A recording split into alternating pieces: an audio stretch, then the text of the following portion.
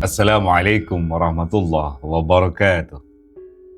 Jika kali ini kamu datang dengan hati yang ingin tenang atau rindu yang ingin diberi arah, mari duduk sebentar, pelankan nafas, biarkan dunia di luar sana berjalan tanpa harus kita kejar. Sebab kita akan menyebut satu nama yang tidak hanya kota, tapi seperti panggilan, yaitu Baitul Maqdis, tempat yang seolah menyimpan jejak sujud para nabi dan doa-doa yang pernah jatuh tanpa suara namun sampai ke langit. Kisah ini bukan tentang gemuruh, bukan tentang siapa yang paling kuat, melainkan tentang hati yang tertib, tentang kemenangan yang tidak bambu, tentang langkah yang tetap rendah meski pintu sejarah sedang terbuka.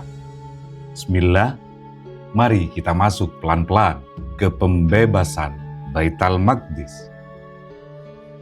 Tahun 16 Hijriah, Syam baru saja melewati gelombang besar. Yarmouk telah merontokkan kekuatan Romawi Bizantium, dan jalan-jalan di Palestina mulai berpindah tangan, bukan hanya oleh pedang, tapi oleh disiplin dan keteguhan barisan yang rapi.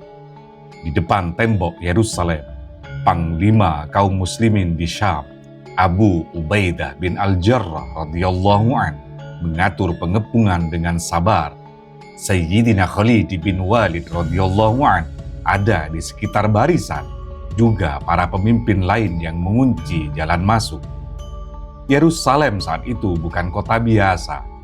Beliau, Sopronius, patriark yang memimpin komunitas Kristen, menatap situasi dengan mata yang lelah namun juga jernih, dan beliau berkata, kota ini takkan diserahkan kecuali kepada khalifah sendiri.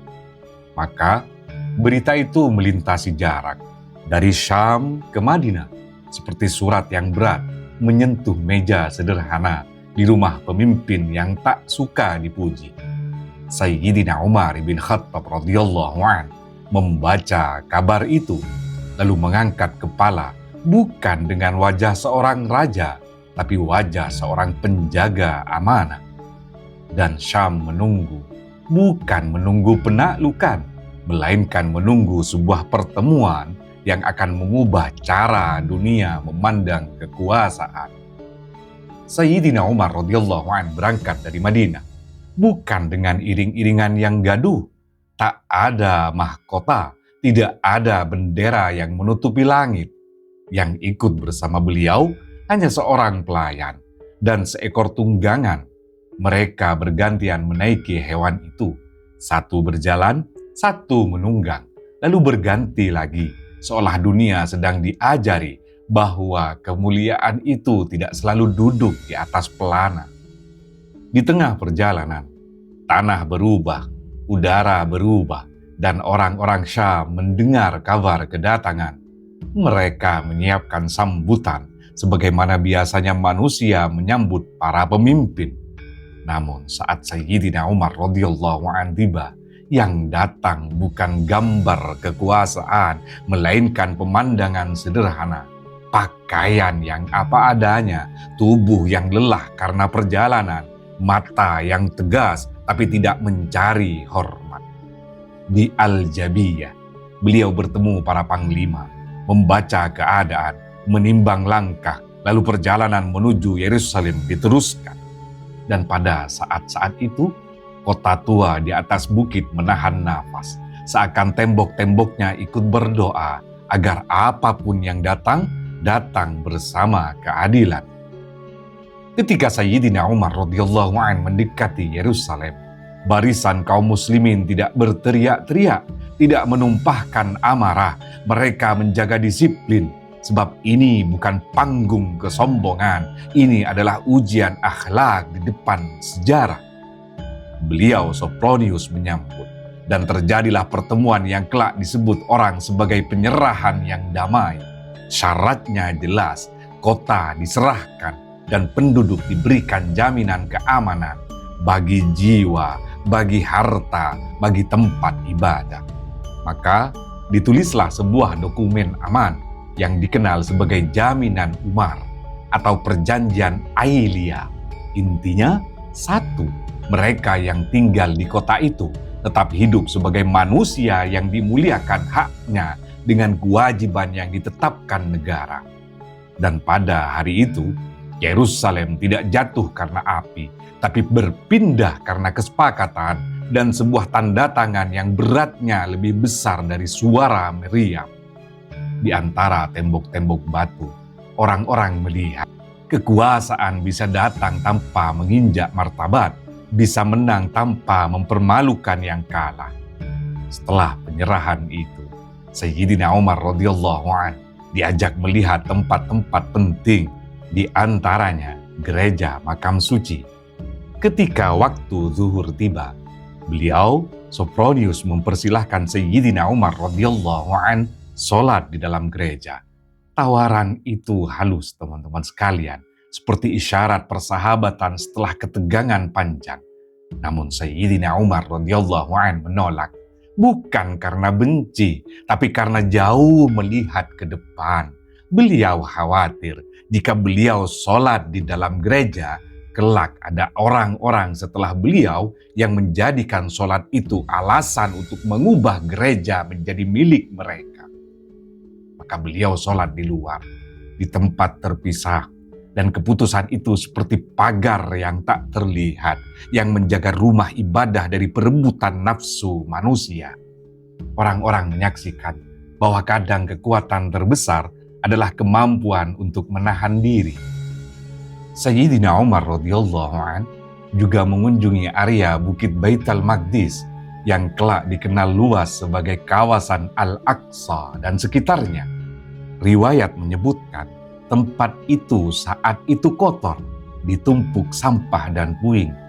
Lalu Sayyidina Umar radhiyallahu anhu memerintahkan pembersihan, bahkan ikut merasakan kerja itu, sehingga tempat sujud kembali layak, bukan hanya secara fisik, tapi juga secara makna.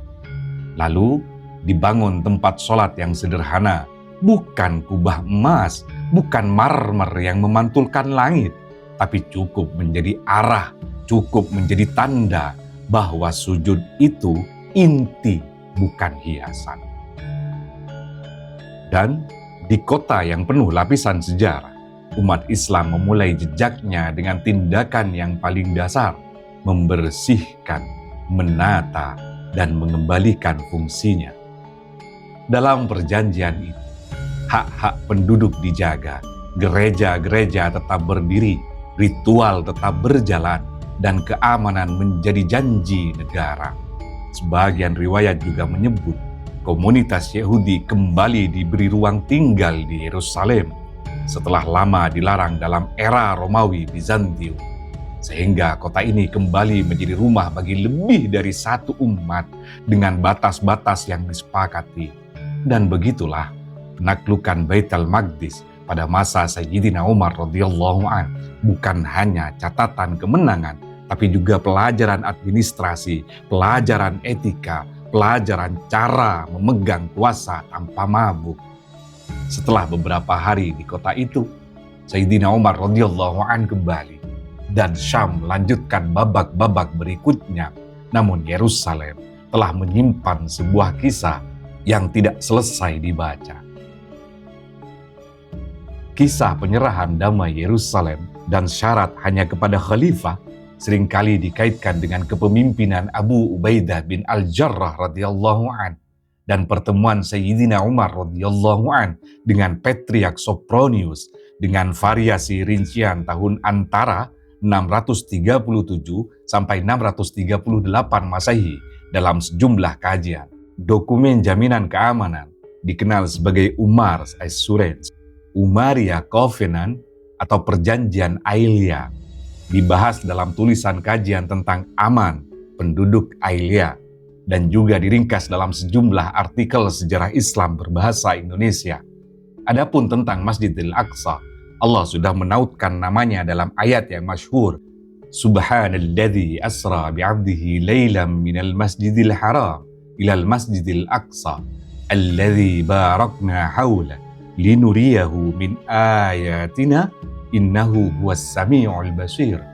Maha suci Allah yang telah memperjalankan hambanya pada malam hari dari Masjidil Haram ke Masjidil Aqsa, yang telah kami berkahi sekelilingnya agar kami perlihatkan kepadanya sebagian tanda-tanda kebesaran kami. Sungguh Dia maha mendengar lagi maha melihat. Al-Isra ayat 1. Dan Nabi juga mengingatkan tentang kemuliaan 3 masjid. La tushaddur rihalu illa ila thalathati masajid. Al-Masjidil Haram, wa masjidi hada, wal Masjidil Aqsa. Tidak boleh bersengaja melakukan perjalanan untuk ibadah khusus kecuali ketiga masjid. Yang pertama, Masjidil Haram, dan kemudian masjidku ini, dan Masjidil Aqsa. Hadis ini diriwayatkan oleh Imam Al-Bukhari dan Imam Muslim. Kadang kita mengira kemenangan itu bunyinya keras, teman-teman sekalian. Padahal di Baitul Maqdis, kemenangan datang seperti langkah yang pelan, seperti tangan yang menolak kemewahan, seperti hati yang memilih tidak sholat di dalam gereja, demi menjaga gereja itu tetap gereja, sampai akhir zaman. Disitulah kita belajar bahwa iman bukan cuma berani maju, tapi juga berani menahan diri, berani berkata tidak pada sesuatu yang tampak baik jika di masa depan bisa menjadi pintu kezaliman. Baitul Maqdis mengajarkan bahwa kota suci tidak disucikan oleh perebutan, melainkan oleh aman, oleh janji yang ditepati, oleh kuasa yang tidak berubah menjadi rakus. Kalau hari ini kita merasa dunia terlalu ribut, ingatlah, pernah ada seorang khalifah yang menaklukkan kota besar dengan pakaian sederhana dan pikiran yang lebih jauh dari ambisi. Seakan beliau berkata pada zaman, aku datang bukan untuk mengambil rumahmu, aku datang untuk memastikan kau tetap punya rumah. Dan semoga kita menjadi manusia-manusia kecil yang kalau memegang kuasa sekecil apapun, di rumah, di kantor, di komunitas, tetap menjaga keamanan. Sebab sejarah paling indah bukan yang paling keras, teman-teman sekalian, tapi yang paling adil. Dan Allah wa iyakum wal afwa minkum. Assalamualaikum warahmatullahi wabarakatuh.